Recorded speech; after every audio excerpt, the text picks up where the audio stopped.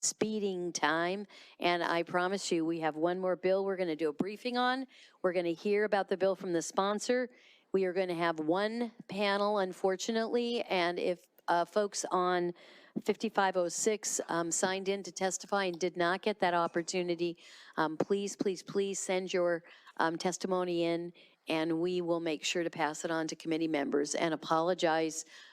Just trying to get stuff through so we can get them through the process. So, Dalika, it's all yours. Thank you, Madam Chairs, members. For the record, I'm Dalika Steele, staff to the committee. The bill before you is Senate Bill 5506 relating to enhanced behavior support homes.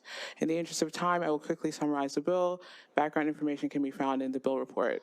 The bill has two main components. First, it establishes an enhanced behavior support home program or model.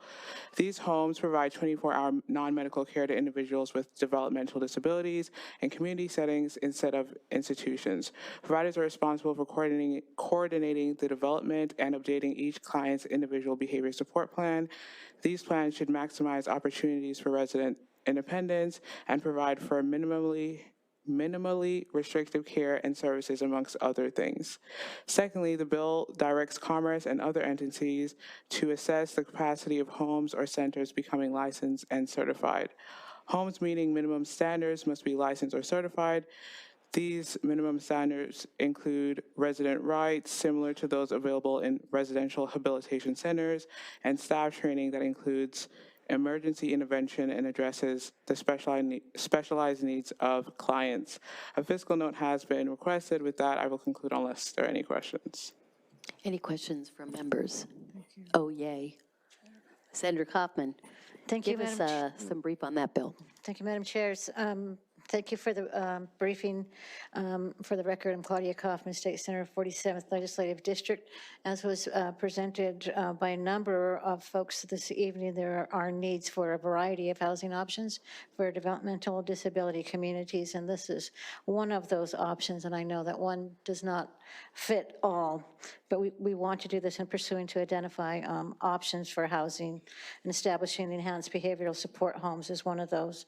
And I know that this is brick and mortar, there's need for services and there's need for workforce. So thank you, and I urge your support. Thank you very much. We're going to call first panel up, and in person, Arzu Foro, remotely, Katie Omri, and then if Leslie Moon is also in the room, please come forward and testify. Yeah.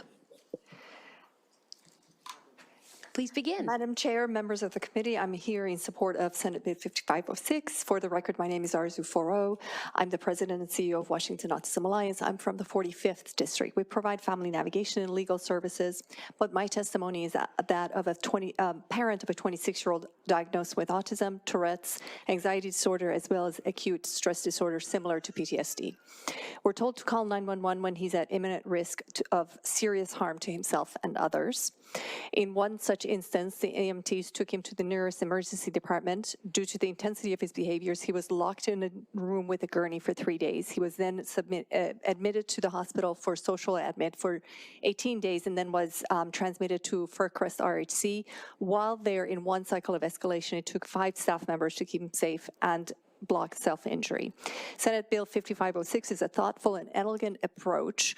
It's staffed by behavior technicians and overseen by behavior specialists, psychiatric providers who are already credentialed by the Department of Health. We have over 1,300 of these behavior specialists and 2,700 of the technicians. We have 3 universities that graduate with graduate programs for these specialists.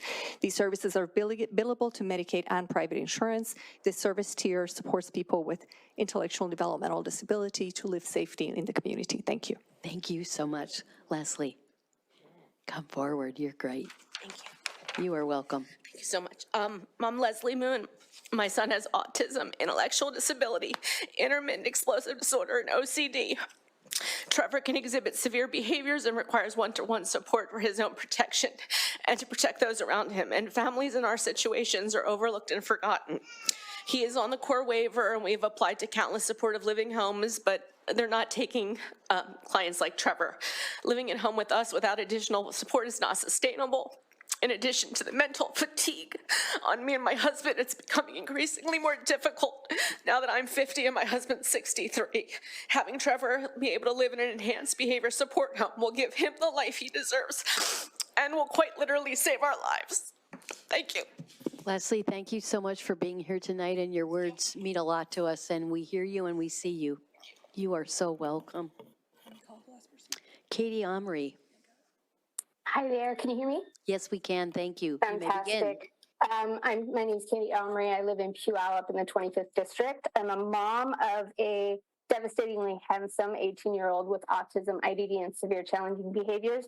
And I also work for Washington Autism Alliance and have had the privilege of interviewing our families like Leslie, who I love.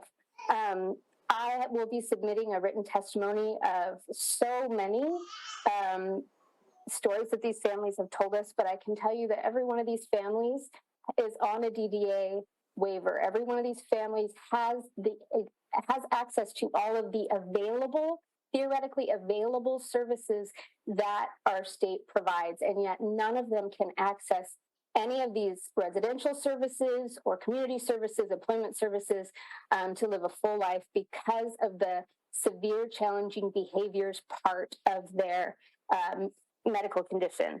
I can tell you that the families that I've talked to they have bruises, broken bones, PTSD, mental health challenges, scars, and yet they describe their children as being beautiful souls, beautiful smiles, serial connoisseurs, and connoisseurs of garage doors.